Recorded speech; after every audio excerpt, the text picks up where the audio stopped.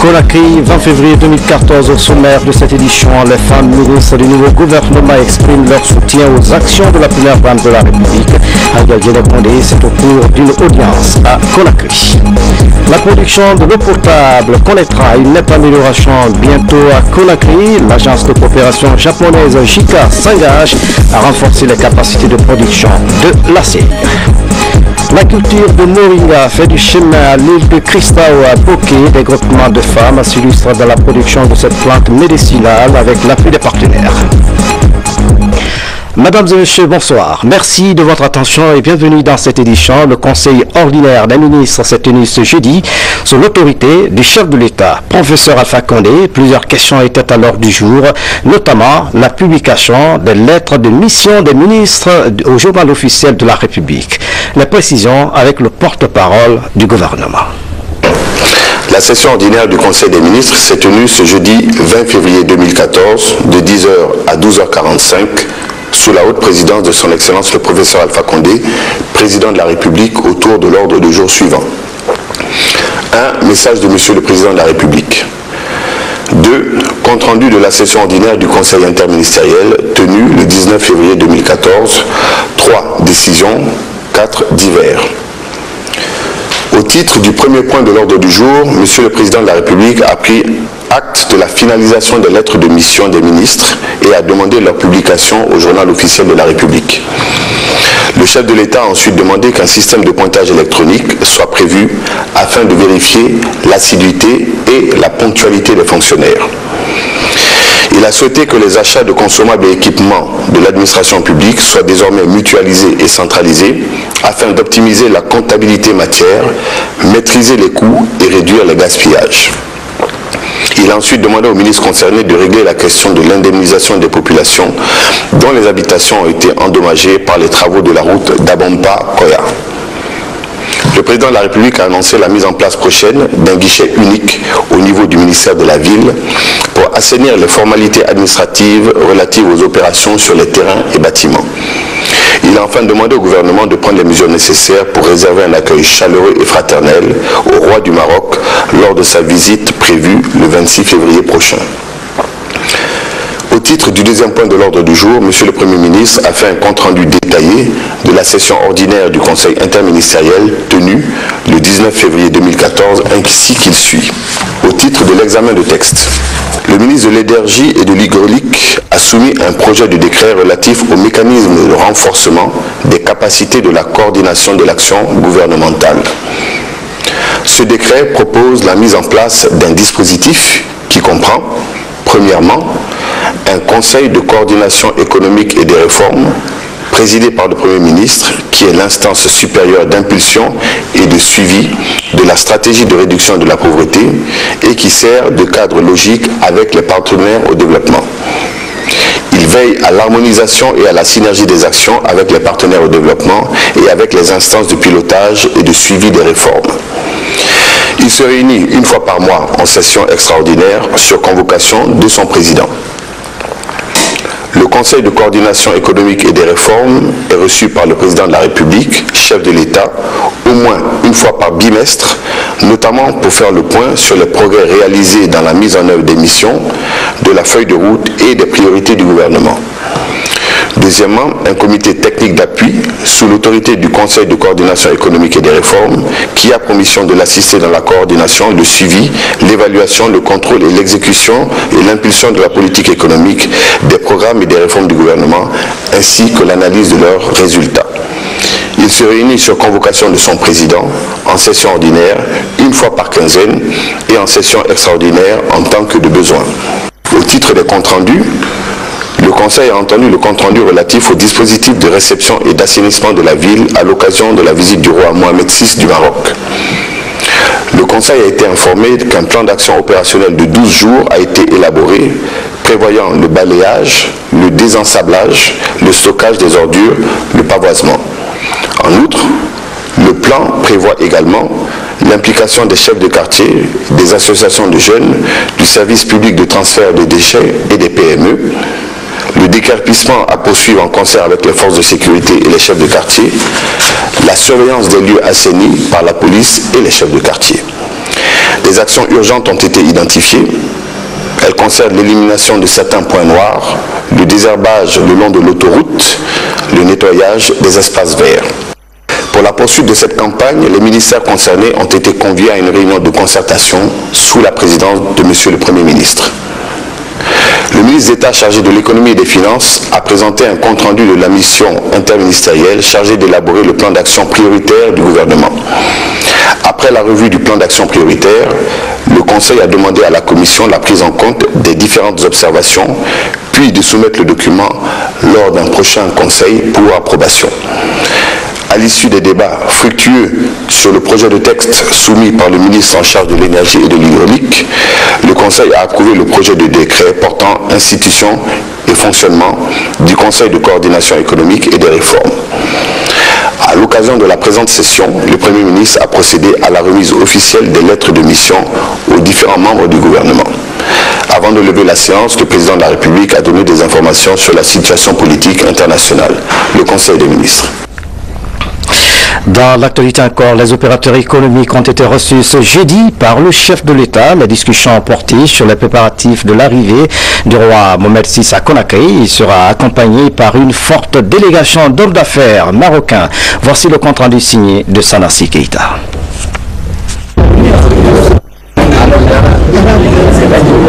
À quelques jours de l'arrivée du roi Mohamed VI à Conakry, le président de la République rencontre les opérateurs économiques du pays pour la deuxième fois en une semaine. Objectif, s'organiser pour discuter avec les investisseurs du royaume chérifien sur les opportunités d'investissement en Guinée. Aujourd'hui, ces hommes d'affaires du pays parlent d'une même voix pour accompagner le gouvernement dans sa marche vers le développement. Nous voici de nouveau devant vous pour la mise en œuvre de nos engagements antérieurs. Votre disponibilité permanente est pour nous la preuve irréfutable de votre détermination à faire jouer par le secteur privé son rôle primordial dans le processus de développement économique et social de la Guinée. Elle témoigne par ailleurs de votre constante attention au renforcement du dialogue public-privé. C'est à cet égard que vous avez demandé au secteur privé dans son ensemble et aux organisations patronales en particulier d'unir leurs efforts afin d'aboutir à des structures consensuelles pour servir d'interface avec le gouvernement. Aujourd'hui, je suis fier au nom de tous les membres de ce secteur privé présent devant vous de vous annoncer que nous sommes unis et définitivement organisés en tant qu'alliance patronale. Et je profite de cette occasion pour annoncer que cette alliance sera désormais le seul interlocuteur du gouvernement, des institutions internationales et des autres bailleurs de fonds. Et puisque nous nous sommes mis ensemble, nous avons décidé de vous accompagner dans votre programme de développement et toutes les actions que vous initierez pour le progrès de la Guinée et le bien-être des Guinéens. Excellence, Monsieur le Président, comme le dit l'adage, l'union fait la force. Et nos parents ajoutent que, unis, vous pourrez atteindre tous vos objectifs. Ayant compris ces vérités de sagesse, nous nous engageons solennellement d'accompagner le gouvernement dans la mise en œuvre des réformes et des programmes qui s'inscriront pour le progrès de la Guinée et le bien-être des Guinéens. Le président de la République s'est fortement réjoui de cette organisation des hommes d'affaires du pays. Professeur Alpha Condé les appelle déjà à identifier les domaines dans lesquels ils comptent travailler avec leurs partenaires marocains, aujourd'hui résolument engagés à soutenir la Guinée. Il faut que vous définissiez les secteurs très précis et que vous sachiez qui en Guinée veut faire ça avec qui. Par exemple, l'alimentation de bétail, qui est prêt à s'associer pour faire l'alimentation de bétail, qui est prêt à s'associer pour ceci. Il faut que vous-même vous définissiez déjà concrètement les secteurs où chacun d'entre vous peuvent être partenaires. Bon, nous avons aussi les logements sociaux, bien sûr.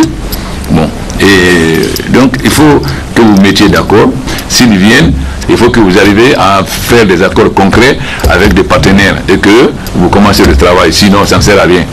Ce n'est pas un forum comme on a fait à Abu Dhabi, c'est un forum des investisseurs, mais ici c'est un forum pour créer le partenariat. On ne peut pas créer le partenariat s'il n'y a pas de partenaires.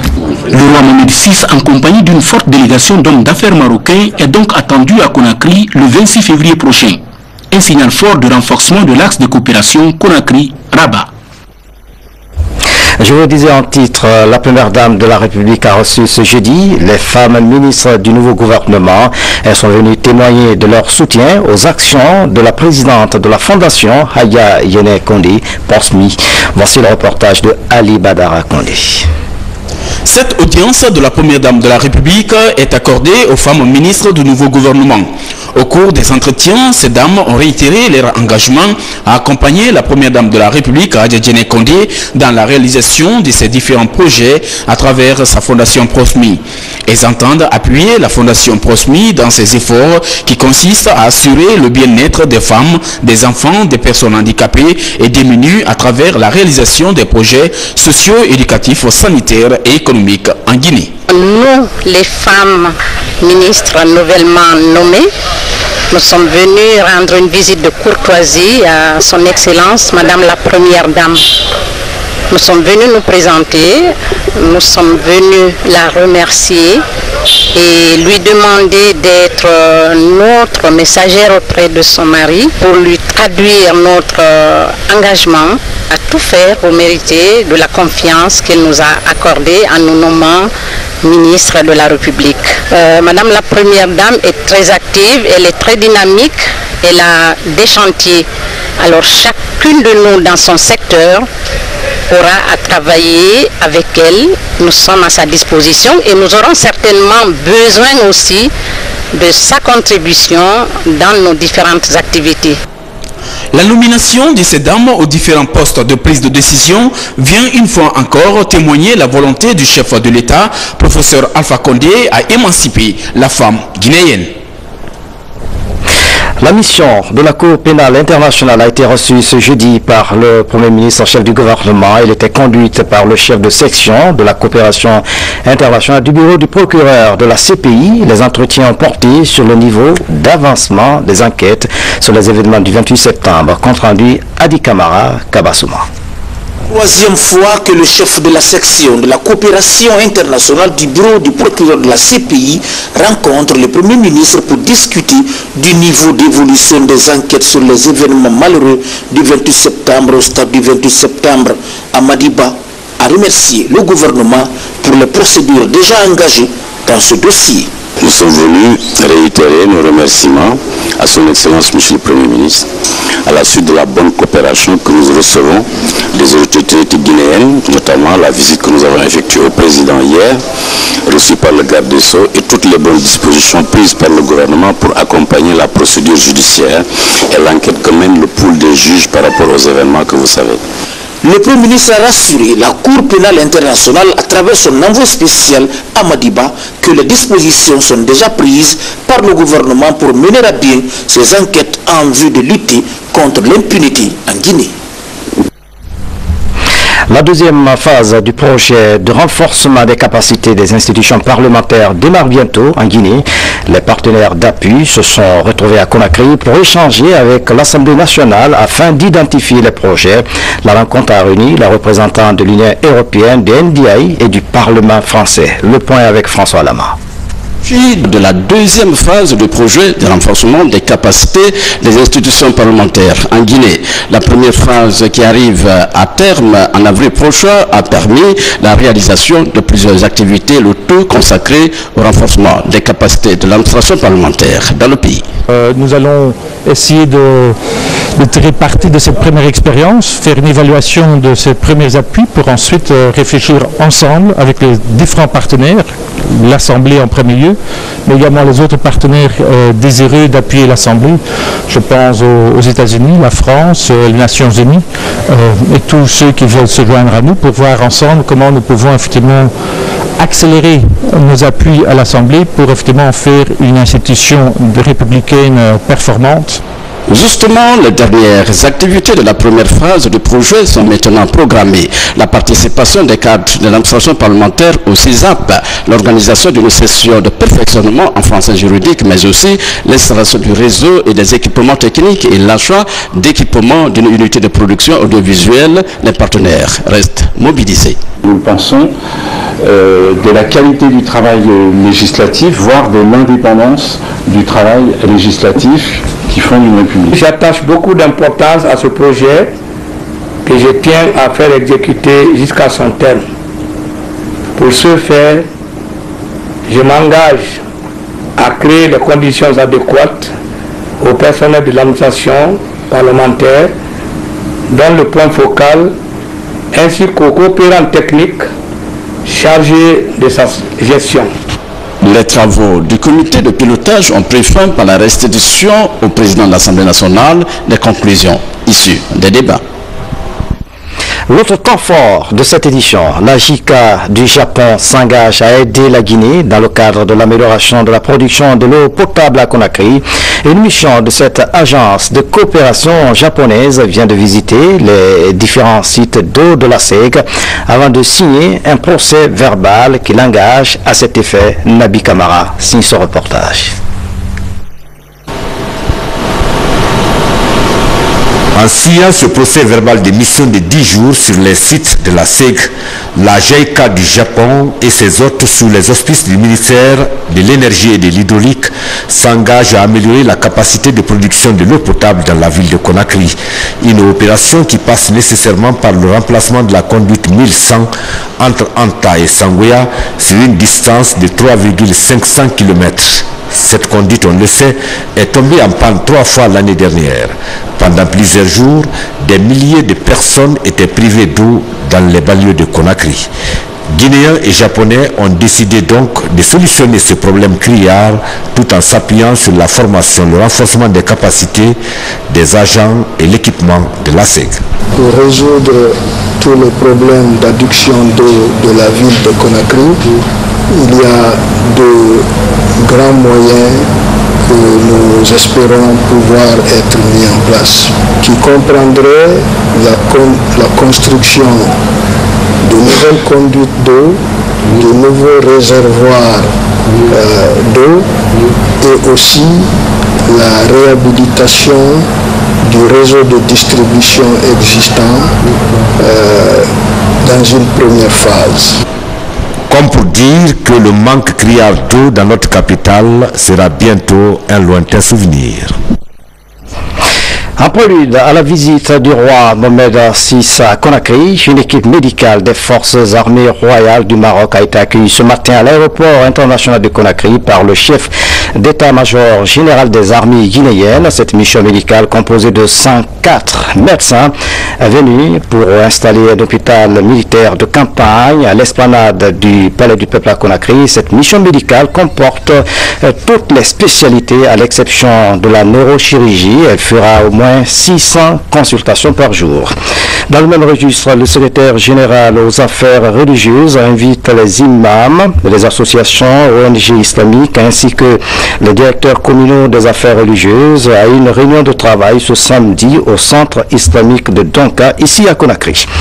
Le chef d'état-major général des armées au chevet des agents de services de sécurité hospitalisés dans les hôpitaux de Conakry, général Namouri Traoré, est allé apporter son soutien aux malades et les réconforter. Il s'est rendu dans plusieurs structures de santé de la capitale sur les pas du chef d'état-major général des armées, sergent Alassane Gabi, correspondant de la presse militaire. Le chef d'état-major général des armées attache du prix à la santé des militaires. En témoignent ces visites qu'il effectue périodiquement dans les principales structures sanitaires du pays pour apporter une assistance symbolique à ses compagnons d'armes en détresse. J'ai connu maintenant que vraiment nous ne sommes pas abandonnés. Je suis très content. Je remercie bien mon général. C'est un grand confort. Il n'y a plus d'un titre. Je vois déjà que le chef d'état-major partage mes peines. Cette action qui réconforte les patients rassure aussi les responsables des structures sanitaires visitées. Nous avons amorcé une autre phase de collaboration, c'est faire en sorte que les spécialistes des hôpitaux militaires que je connais, que nous connaissons parfaitement bien, peuvent venir travailler à l'hôpital d'équipe. Nous pouvons nous féliciter, il y a peu de malades militaires dans les structures externes, parce que le service de santé des armées a fait des efforts. Le chef d'état-major général des armées est heureux de constater que le nombre de malades alités est en forte régression. Aujourd'hui, on a au moins une dizaine de cas, donc, qui est très faible par rapport aux visites passées. Donc, mais le cas le plus regrettable, on a constaté au niveau de tous les cas enregistrés, c'est des cas dus au traumatisme et dus aux accidents de la voie publique. Donc c'est très regrettable. Je crois qu'il faut une certaine sensibilisation à ce sujet. Cette visite est un acte de commandement que le chef d'état-major général des armées se fait le devoir de respecter. Elle vise à renforcer la cohésion dans les rangs des forces de défense et de sécurité. En plus bref, la secrétaire générale de la Confédération syndicale internationale séjourne à Conakry. Objectif discuter avec les centrales syndicales guinéennes en vue de trouver des solutions aux problèmes des travailleurs. Aïssatou Oumoyalo reviendra en détail dans nos prochaines éditions d'information. Les commissaires de la CENI séjournent dans la ville des Agrumes à Kindia. Une retraite de 5 jours qui s'inscrit dans l'axe des préparatifs des élections communales et communautaires. C'est une dépêche de nos envoyés spéciaux Saïdouman Diallo et Lansana Souma Senghor. Nous y reviendrons. Et puis, un accident de la circulation vient de se produire à Bessia. Vous allez donc voir en image, non loin du rond-point. Le bilan provisoire fait état de 2 morts. Vous allez donc suivre ces images. Les victimes ont été renversées par un camion citerne. Ces 2 jeunes mécaniciens étaient sur une moto en provenance de Madina.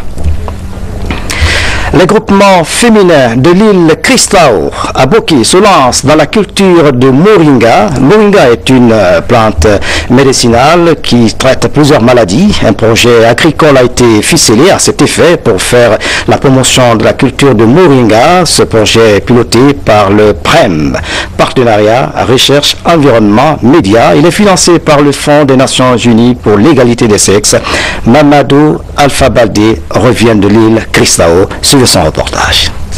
Au beau milieu des cocotiers et palmiers des îles Tristao, les femmes s'intéressent à la culture du moringa. Organisées en groupement, elles ont durant ces 8 derniers mois mis en valeur plusieurs hectares de terre. Près de 2000 pieds de moringa sont déjà sortis de terre sur les îles de Cap-Quin, Katfra, Kadigné et Kasmak. On ne connaissait pas trop le moringa ici. Quand le projet est venu, ils nous ont rassemblés pour nous parler de cette culture. Ensemble, nous avons accepté, nous les femmes. On a formé notre groupement et nous avons commencé le travail quand le projet nous a envoyé les graines. Et tout va bien.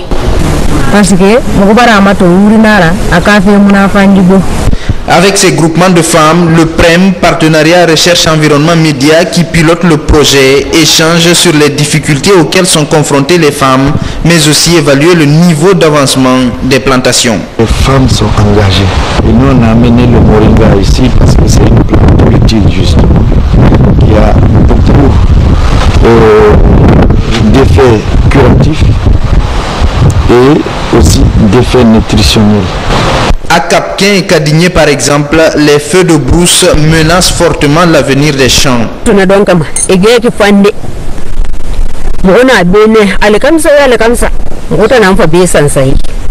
Notre plantation commençait à bien donner. Les plantes de moringa poussaient très vite. Quand on nous a informé que notre champ a pris feu, nous sommes venus voir. On était très déçus. Mais cela ne fera que renforcer notre courage. Nous voulons juste d'autres graines pour remplacer les plantes mortes, puisque certaines sont encore vivantes. À terme, ce projet financé par UNIFEM compte favoriser l'autonomisation des femmes bénéficiaires à travers la commercialisation des feuilles séchées et écorces du moringa dans les prochains mois. L'île Cristao, c'est à Boké. Alpha, merci pour ce reportage. La ville de Mamou, dans les préparatifs de la fête du 2 octobre, les témoignages de satisfaction se multiplient en faveur de cette décision du chef de l'État, professeur Alpha Condé. Les habitants de Mamou expriment leur soutien au programme de développement envisagé par le gouvernement en faveur de la région. Habib Cham, notre envoyé spécial, apparemment l'engouement est perceptible dans la ville Carrefour. Loin de se lasser après elles l'ont défilé, cette foule cosmopolite s'est donné rendez-vous à la Maison des Jeunes. Objectif, exprimer son adhésion au choix de Mamou pour abriter les festivités du 56e anniversaire de l'indépendance. Les fils résidents et ressortissants de la ville Carrefour se sont invités à cette manifestation de reconnaissance au chef de l'État déterminé à promouvoir le développement de l'arrière-pays.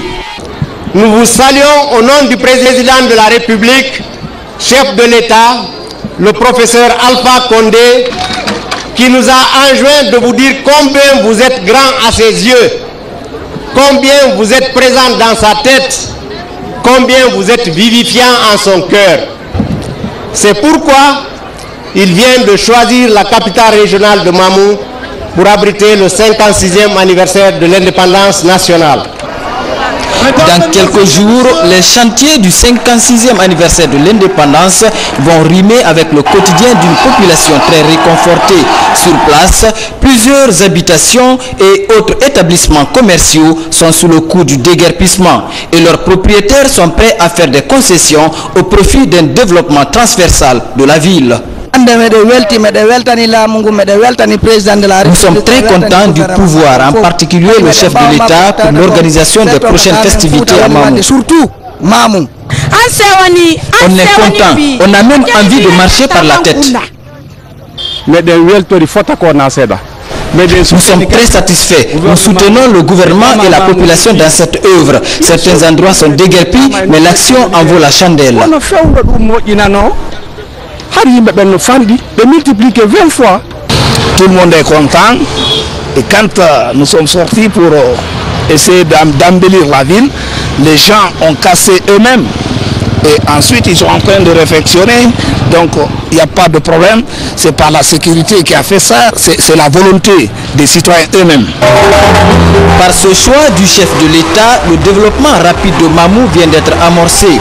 Et sa population caresse le rêve d'abriter une fête exceptionnelle, célébrée dans la fraternité après celle de Boké et Zérékoré, parmi les 8 régions administratives que compte le pays. On remonte dans la savane à Cancan. Le programme alimentaire mondial PAM vient de signer un contrat de livraison de riz local avec les producteurs de la Haute-Guinée.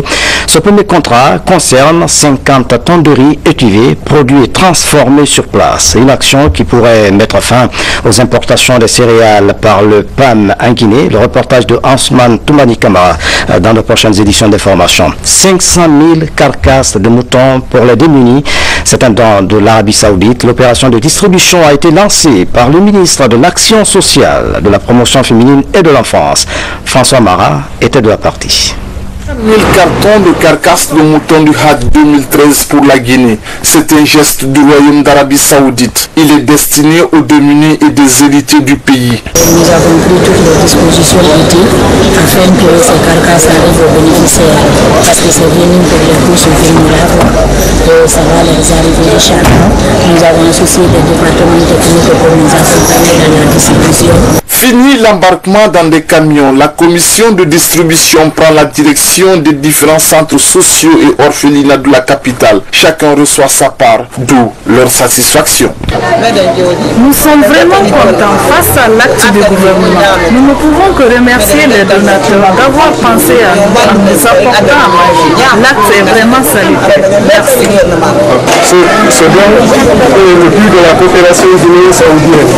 Donc je ne ferai que remercier le gouvernement et son Excellence Monsieur le Président de la République, le professeur Alpha Condé, et Madame la ministre de l'Action sociale, de la promotion féminine et de l'enfance d'avoir pensé aux couches vulnérables. Ce geste du Royaume d'Arabie Saoudite devenu traditionnel s'inscrit dans le cadre du renforcement des liens d'amitié et de coopération entre les deux pays. La distribution de ces carcasses de moutons s'étendra dans les prochains jours sur toute l'étendue du territoire national. El Hadj Yeriba Yabi, ambassadeur de la paix, a offert 100 complets de paille aux femmes de la RTG, un don qui s'inscrit dans le cadre des préparatifs de la Journée internationale des femmes, le 8 mars. Les bénéficiaires ont salué l'œuvre de charité de notre compatriote El Hadj Yeriba Yabi. Le point avec Ablaziz Baldi. Pour encourager et soutenir les femmes de la RTG Koloma qui abattent chaque jour un travail colossal que Elhaj Djeriba Diaby, ambassadeur de la paix, a offert ce lot de champagne. Une manière d'assister ces femmes des médias d'État afin qu'elles soient parées des beaux atours le jour de la fête des femmes, le 8 mars 2014. Elhaj Diaby Djeriba, ambassadeur de la paix, conscient que les femmes sont des actrices incontournables dans le cadre de la recherche et du maintien de la paix, a bien voulu apporter sa modeste contribution pour la réussite de cette grande fête en octroyant ce don de sang complet de 3 pains chacun aux braves femmes travailleuses de la RTG. Par ce don, je dirais que Elhaj Djeriba Diaby a aussi atténué les frais que la direction générale allait engager pour nous habiller ce jour-là. Alors pour cela, nous allons nous rendre belles ce jour-là pour faire plaisir à tous nos collègues de service. Satisfait de ce don, le directeur général de la RTG Koloma a loué les efforts fournis par les généreux donateurs qui ne cessent d'encourager les journalistes et les techniciens de la RTG. Nous comprenons son souci pour l'émancipation de la femme guinéenne et ce geste nous va droit au cœur. C'est complet, ces pagnes iront à leur destinataire. Que les femmes de la RTG. Je remercie donc au nom de toutes les femmes de la rédaction du journal télévisé ce généreux donateur qui pense régulièrement aux femmes de la RTG. Au métier d'informer, il a compris que c'est un métier indispensable pour la bonne marche vers la démocratie et le respect des droits de l'homme. Au-delà de ce geste en faveur des femmes de la RTG, Elhaj Djeriba Diaby s'investit par ailleurs au rayonnement de l'islam et à la réconciliation nationale en Guinée. Et puis sport, avant de refermer cette édition, les athlètes guinéens se préparent activement pour la 16e édition du tournoi international de Saint-Louis au Sénégal du 1er au 6 mars prochain. Les dirigeants de la fédération de judo encouragent leurs sportifs afin d'arracher des médailles. Daoudaba. Ce sport continue à honorer notre pays dans les différentes compétitions de sport de combat. Après le tournoi international de la ville de Djamena au Tchad, où nos judokas ont arraché 2 médailles en argent et en bronze, les dirigeants de la Fédération guinéenne de judo pensent également à arracher d'autres médailles à la 16e édition du tournoi international de judo de la ville de Saint-Louis au Sénégal du 1er au 6 mars prochain. Je suis habitué d'être supporté, puis c'est l'État guinéen, par exemple, le direction des sports militaires et paramilitaires et la Fédération guinéenne de judo. Et le ministère chargé des sports a donné tout l'effort pour qu'on puisse être au point d'aller gagner. Ces judokas sont à l'internat depuis quelques semaines. Le moral qui anime actuellement nos judokas et même les encadreurs, c'est un sentiment d'espoir. Au nom de mon président, colonel Moustapha Diané, au nom de son vice-président, Elhaj Ben Daouda Manchoko, remercions aussi la direction nationale des sports militaires et paramilitaires. Cette équipe nationale doit quitter Conakry le 25 février. Ce tournoi international est qualificatif pour le championnat d'Afrique de judo. Voilà, c'est la fin de cette édition à tous. Merci de nous avoir suivis. Excellente soirée. Où que vous soyez dans le monde. À tantôt.